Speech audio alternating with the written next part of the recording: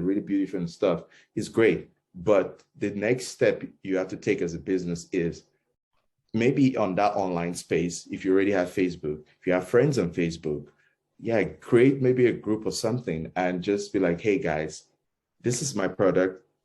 This is what I will try to sell. What are your thoughts? Is this something you will buy? Yeah, no. It's like a questionnaire. It literally won't cost you nothing, but you want to get that input from the users to know whether this is a viable product in terms of, is this something that, yeah, it's great for you. You're passionate about it. And that's the thing, you have to separate passion sometimes from business. And sometimes you need to have both at the same time. But you're passionate about it and you really, really want to do it. But sometimes, is it really something that people would buy? So you need to know that first, because if literally you have a pool of 10 or 15 people and you get 7 or 10 out of 15 people be like, man, like right now, I actually want that bead.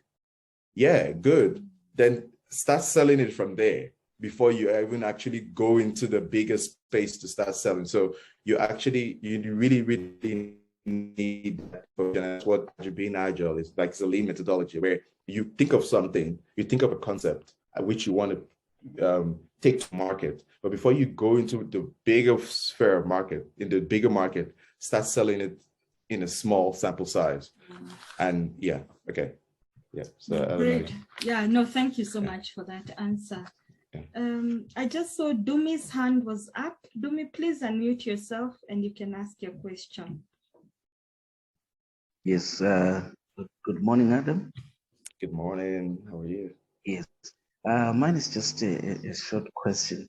Like I deal with books. It's a question of I'm not sure whether does it qualify to be a product or it's a service.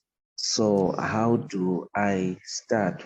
What kind of tools should I use? What kind of platform should I use to sort of get the books out there to people? Because books don't make that turnover, but I really want to start and get myself known there. How do I do? So my first question would be, what kind of books do you want to get out there? Is it books that you've written by yourself or books that are already published by other publishers? Books that I've written myself, yes. Okay, cool. So you want to get your books out there and okay, cool. So in that regard, so now my question now is, for the books you want to get out there, are you trying to put your books out there to generate sales? Is your focus more on sales, or your focus is more on the fact that the passion around the books you write and you want people to engage and read and get maybe insight and knowledge from all these books you've written?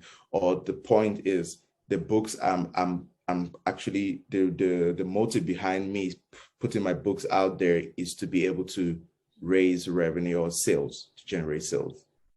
Or is both? No, it's just not to generate sales, but for impactation, for people to get inside. Okay. Yeah. Okay, cool. So the reason why I ask this question is because in terms of books and things like creatives and stuff like that, books, music, all that kind of stuff, there are different ways. So you have to go back down to the motive. There are people that have written books that they want to impart knowledge to people, but you literally don't raise any revenue. Like most revenue. Jesus, here we go. I connected again. Hello. Oh, sorry. So you literally might not even raise revenue, but you find a lot of people engage in it and stuff like that. But there's some people that write books to be able to generate sales, and that's the main purpose, and they just generate sales, and it's not really about importation and things like that. So and the reason why I'm saying this is because I've actually had the opportunity to speak with an editor and things like that, where they actually, yes, you have a great story, or you have a great story, and they tell you, you know what, this is not going to sell. And you're like, why is it not going to sell? Like, it's a great, it's great content. People are going to read it, or probably people are going to engage in it, but it's not going to sell. It's not written in a style to sell. You get, so there probably has to be a middle ground. You probably have to speak to a specialist to say, hey, you know what? This is the book. These are my books. Yes, I know they've got a ton of knowledge, and anyone that will engage in it is going to get the best out of it. But is it going to sell? You know, then you have to get that, and then maybe, you know, structure in a way that, okay, cool, maybe some of the wordings might change just to be able to, you know, attract a lot more audience or whatever. And once you've got to that point, take one book, a short book, or even a book, make it a short book, or maybe even 2 chapters, make it a freebie. Put it out there, just 1 chapter, and then engage with your community.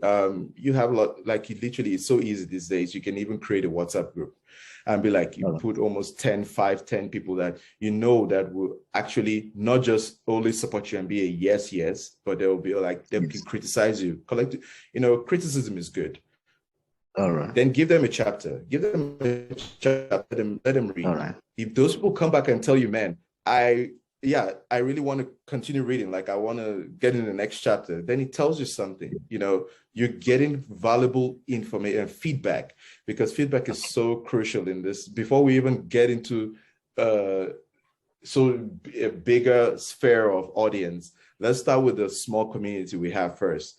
Those are, and they will give you feedback. Just give them 1 chapter at a time, and get their insight. If they're really engaging with the book and they really love it and they're looking forward to another chapter, that tells you something, that there's high chances that you're probably going to generate sales when it gets to a bigger audience. And these people are not just being biased because it's you. You know what I mean? So,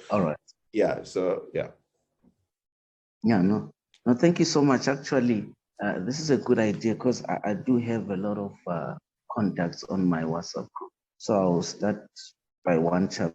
Thank you so much for a great idea. Awesome, man. Appreciate it. Yeah.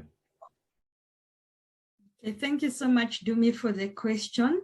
Adam, there is also a question on the chat group. Okay. I think there are 2 questions. Yeah. Oh, okay. Wait, the advice.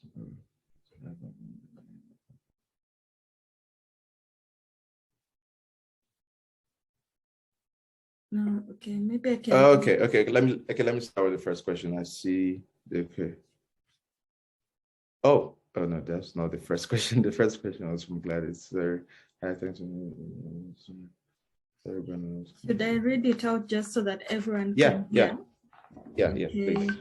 I'm reading the question from Nkamla. It says, first, she says, very good presentation. Thank you very much. Will you advise to have own domain name or to host it by a company? So I guess it's what is better. For a small business, what do you advise? Where to go to reserve the domain name for a website? How to make it happen? Is it too heavy in terms of financial and technical resources? What is the best platform to sell customized design for young designers?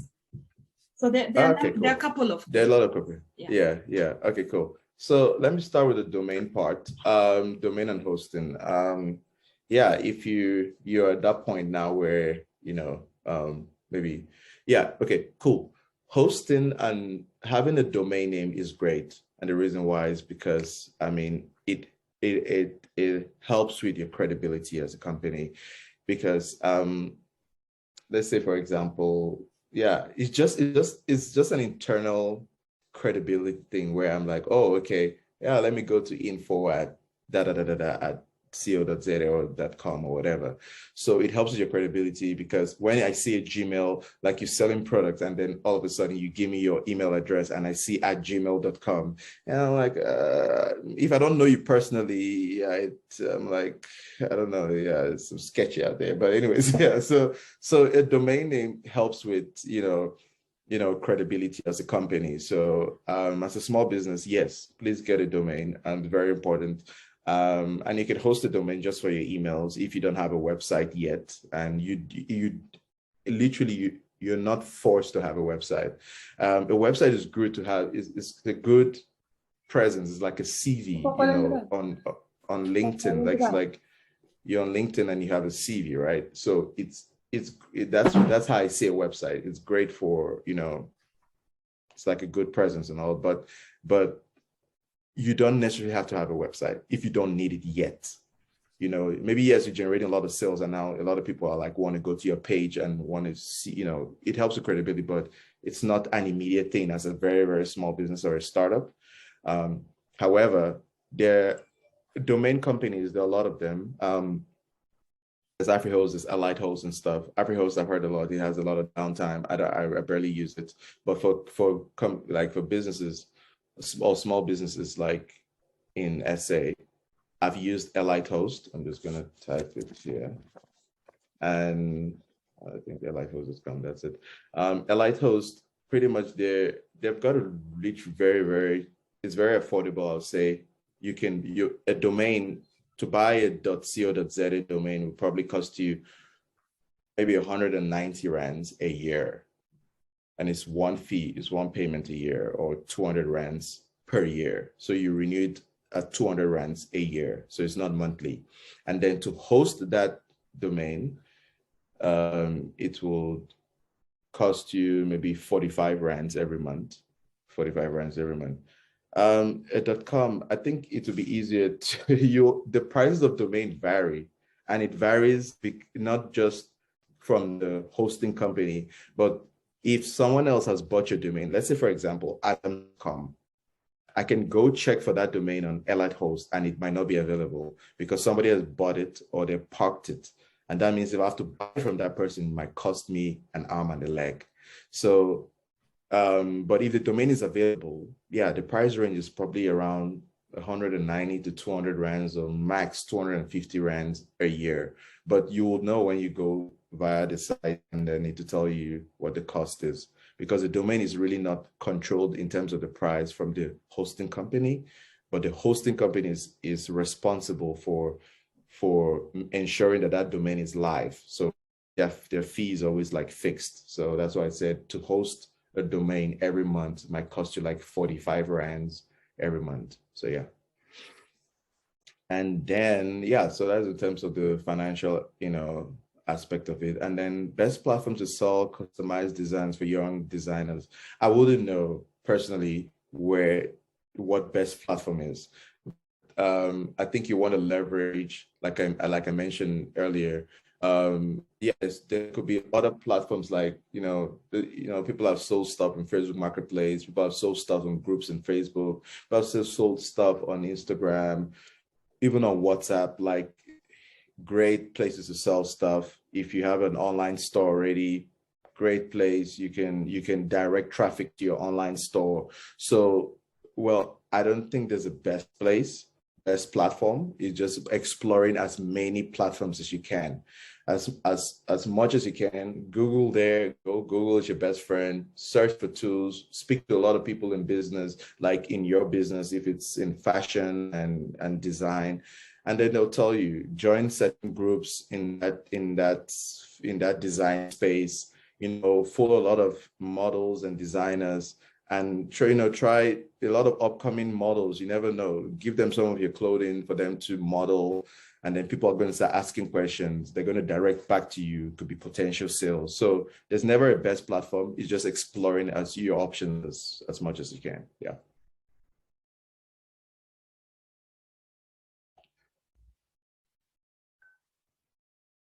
Okay, thank you so much, Nkamla, for your question. And thank you, Adam, for also your answers. They are very clear and they're all helping us. I was also writing a few notes for myself. We are so grateful to have you here, Adam. It was wonderful. And I'm even hoping that the training that we had formed last year, we can still do it maybe at a later stage.